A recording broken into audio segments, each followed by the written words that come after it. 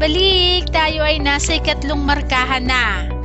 Unang module, ang kahalagahan ng pakikipag-ugnayan sa Diyos. Ito ang unang bahagi. Nakapaloob ito sa most essential learning competency na naipamamalas ng mag-aral ang pag-unawa sa pagmamahal sa Diyos. Layunin pampagkatuto. Matapos ang aralin ito, ikaw ay inaasahan na natutukoy ang kahalagahan ng pakikipag-ugnayan sa Diyos. Pangalawa, nakapagtatala ng paraan ng paglutas ng suliranin batay sa tatlong uri ng relihiyong tinalakay. Ikatlo, nakapagbibigay ng katotohanan na nagpapakita ng kahalagahan ng pakikipag-ugnayan sa Diyos. Narito ang paunang pagsubok. Panuto, basahin at unawain ang tanong, bilugan ng titik ng wastong sagot. Unang bilang, ang sumusunod ay ang nagtatag ng relihiyon maliban kay A. Hesukristo, B. Gautama, C. Muhammad, D. Santiago. Ang tamang sagot ay letter D. Pangalawang bilang, ito ay tumutukoy sa personal na ugnayan ng tao sa Diyos. Ang tamang sagot ay letrang A. Ikatlong bilang, ito ang institusyong tumutulong sa tao upang magkaroon siya ng malapit na ugnayan sa Diyos. Ang tamang sagot ay letter D. Ika-apat na bilang, alin sa sumusunod ang naglalarawan ng relihiyong Budismo? A. Pag-aayuno, B. Pagmamahal at pagpapatawad sa isa't isa, D. Pagdarasal ng 5 beses sa isang araw, D. Pagpapahalaga sa kabutihang panloob at mataas na antas ng moralidad. Ang tamang sagot ay letrang D. Huling bilang, ito ay tumutukoy sa paraan ng pakikipag-ugnayan sa Diyos. Ang tamang sagot ay letrang B.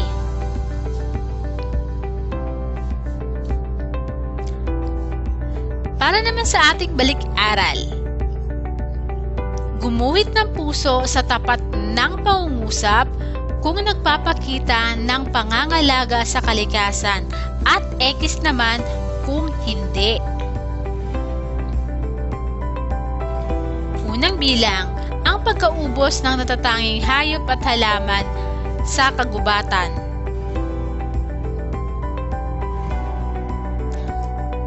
Ang sagot ay X. Ikalawang bilang, ang pagsunod sa batas ay pakikipagtulungan sa mga ito.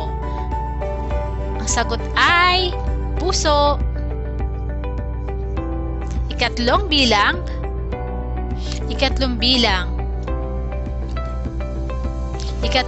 ang pagtukoy sa pagkakaiba ng pangangailangan at sa kagustuhan lamang. Tamang sagot ay puso. Ika-4 na bilang, ang paghuhukay sa dalampasigan upang kumuha ng black sand. Ang sagot ay X. Para sa huling bilang, pagtatapon ng basura sa tamang basurahan. Ang sagot ay puso. Ayan, dumako na tayo sa unang ating aralin. Ang kahalagahan ng pakikipag-ugnayan sa Diyos, ang unang bahagi. Kumusta na nga ba tayo ngayon? Naging mahirap ba ang buhay para sa'yo nitong mga nakaraang buwan dahil sa pandemyang ating naranasan?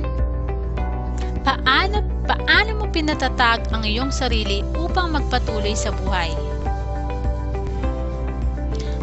Alam mo bang madali lang naman maging magaan ang mabibigat nating suliranin kung tayo ay may matatag na ugnayan sa ating Panginoon? Ikaw, sa kabila ng ating pagkakaiba-iba ng pananampalataya, sa paanong paraan ka nananampalataya? Narito ang tatlong uri ng relihiyon o pananampalataya. Una ay ang pananampalatayang Kristyanismo. Dito itinuturo ang buhay na halimbawa ng pag-asa, pag-ibig at paniniwalang ipinakita ni Kristo. Sila ay merong tatlong mahalagang aral. Ang una, ang Diyos ay nasa ating lahat sa bawat pagkakataon ng ating buhay. Pangalawa, tanggapin ang kalooban ng Diyos na may kagaanan at likas na pagsunod. At ang pangatlo, magmahalan at maging mapagpatawad sa bawat isa. Maging mapagkumbaba at ialay ang sarili sa pagtulong sa kapwa. Pananampalatayang Islam, ito naman ay ang relihiyong monotheista. Naniniwala sa iisang Diyos lamang. Isang Arabo ang nagtatag nito na si Muhammad at ang banal na aral ng Islam ay matatagpuan sa Quran. Ang kanilang pananampalataya ay aktibo sa lahat ng araw at panahon ng kanilang buhay. Ito ay dahil sa 5 haligi ng Islam na dapat isakatuparan. At narito ang 5 haligi ng Islam.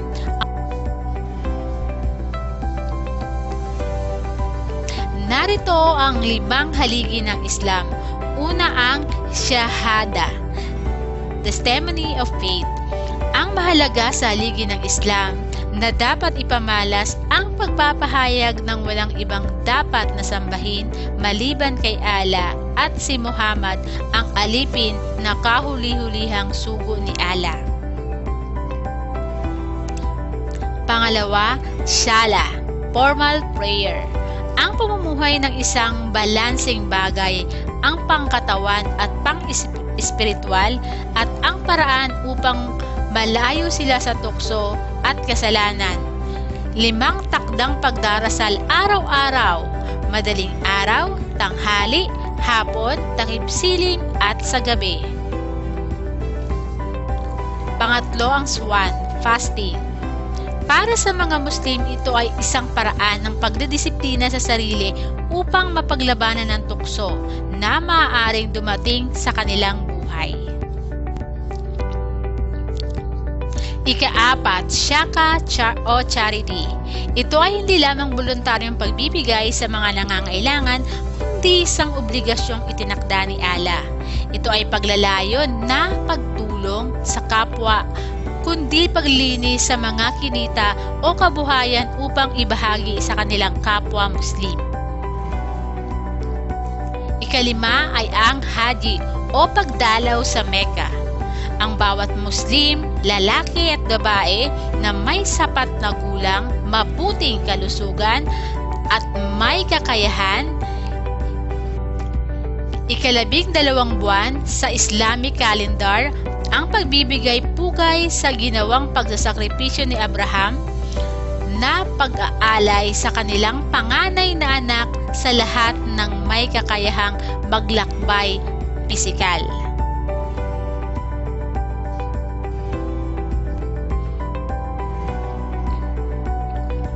Pananampalatayang Budismo. Ito ay nakatuon sa aral ni Siddhartha Gautama o ang Buddha. Si Gautama ay kinikilala ng mga Budista na isang naliwanagan at kanilang Panginoon. May 4 na katotohanan na naliwanagan si Siddhartha Gautama. Una, ang buhay ay dukha, kahirapan at pagdurusa. Pangalawa, ang kahirapan ay bunga ng pagdanasa o taha. Pangatlo, ang pagnanasa ay nalulunasan. Pang-4, ang lunas ay nasa 8 landas o ang tinatawag na Eightfold Path. Ito ay ang tamang pananaw, tamang intensyon, tamang pananalita, tamang kilos, tamang kabuhayan, tamang pagsisikap, tamang kaisipan, at tamang atensyon. Nirvana ay tumutukoy naman sa pagkamit ng pinakamataas na kaligayahan. Ang pagkamit ng pinakamataas na kaligayahan ang nagbibigay ng kahulugan ng kanilang buhay.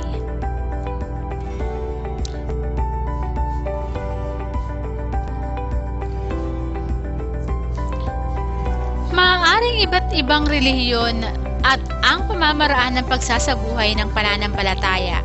Magkakaiba man ang turo ng bawat isa, ang mahalaga ay nagkakaisa sa iisang layunin. Magkaroon ng malalim na ugnayan ang tao sa kapwa at sa Diyos.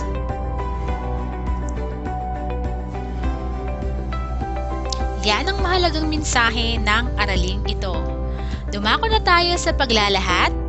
Panuto, basahin at unawain ang bawat tanong at isulat ang sagot sa ilalim ng katanungan.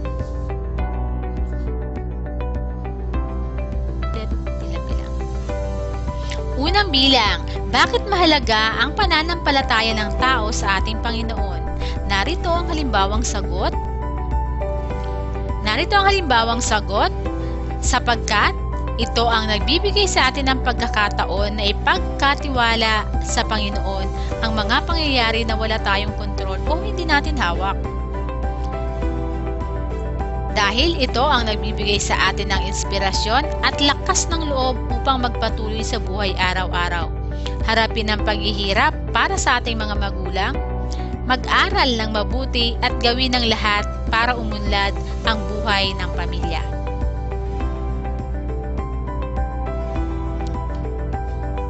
At ngayon naman, para sa pagpapahalaga, panuto, magbigay ng patunay na sitwasyon na sumasalamin sa nilalaman ng winika ni Apostol Santiago sa Bagong Tipan na ang pananampalatayang walang kalakip na gawa ay patay at ipaliwanag ang iyong kasagutan.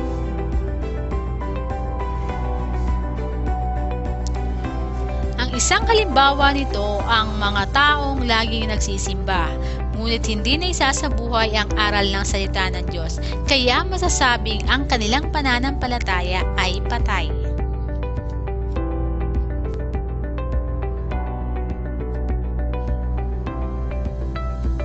Narito na tayo sa huling bahagi ng araling ito. Ang panapos na pagsusulit, basahin at unawain ng sumusunod na pahayag o pangungusap. Alamin kung ano ang tinutukoy at isulat ang sagot sa patlang. Unang bilang. Patlang, marapat na tanggapin ang kalooban ng Diyos na may kaagaanan at likas na sumusunod at humingi ng pagpapala upang makagawa ng mabuti. Ito ay ang tama, ang aral ng Kristiyano. Pangalawang bilang, ito ay ang pahayag o panunumpa bilang pundasyon ng pananampalatayang Islam. Ang sagot ay shahadatin. Ikatlong bilang, ang pananampalatayang ito ay aktibo sa lahat ng panahon at pagkakataon ng kanilang buhay. Tama ang iyong kasagutan, ito ay pananampalatayang Islam. Para sa uling bilang, ang relihiyong ito ay isa rin ang filosofiya na nakabatay sa turo ni Siddhartha Gautama. Ang sagot ay pananampalatayang Budismo. At ikalimang bilang, ito ang paraan upang sila ay malayo sa tukso at magpasalamat sa kanilang Panginoon. Ang sagot ay sala. Ika-anim na bilang, siya ang kinikilalang huling sugo ni Allah na kanilang Panginoon. Ang sagot ay tama, Muhammad. Ikapitong bilang, ito ay tumutukoy sa pinakamataas na pagkamit ng kaligayahan sa kahulugan ng kanilang buhay. Tama ka na naman, Nirvana. Ikawalong bilang, itinuturing na pinakabanal ang lugar ng mga Muslim na hinihikayat na higit sa isang beses na paglalakbay dito ng mga nakaririwasang Muslim.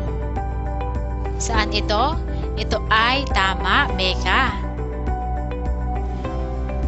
Ikasyam na bilang, siya ay kinikilalang nagtatag ng relihiyong Kristyanismo at at ang aral nito ay nakabatay sa kanilang paniniwala. Ang sagot ay Hesukristo. Huling bilang. Ito ay isang obligasyong itinakda ng kanilang Panginoon, hindi lamang upang tulungan ang kapwa kundi paglilinis ng kanilang kinita. Ang sagot ay Saka. At dito nagtatapos. Maraming salamat sa pakikinig at hanggang sa muli!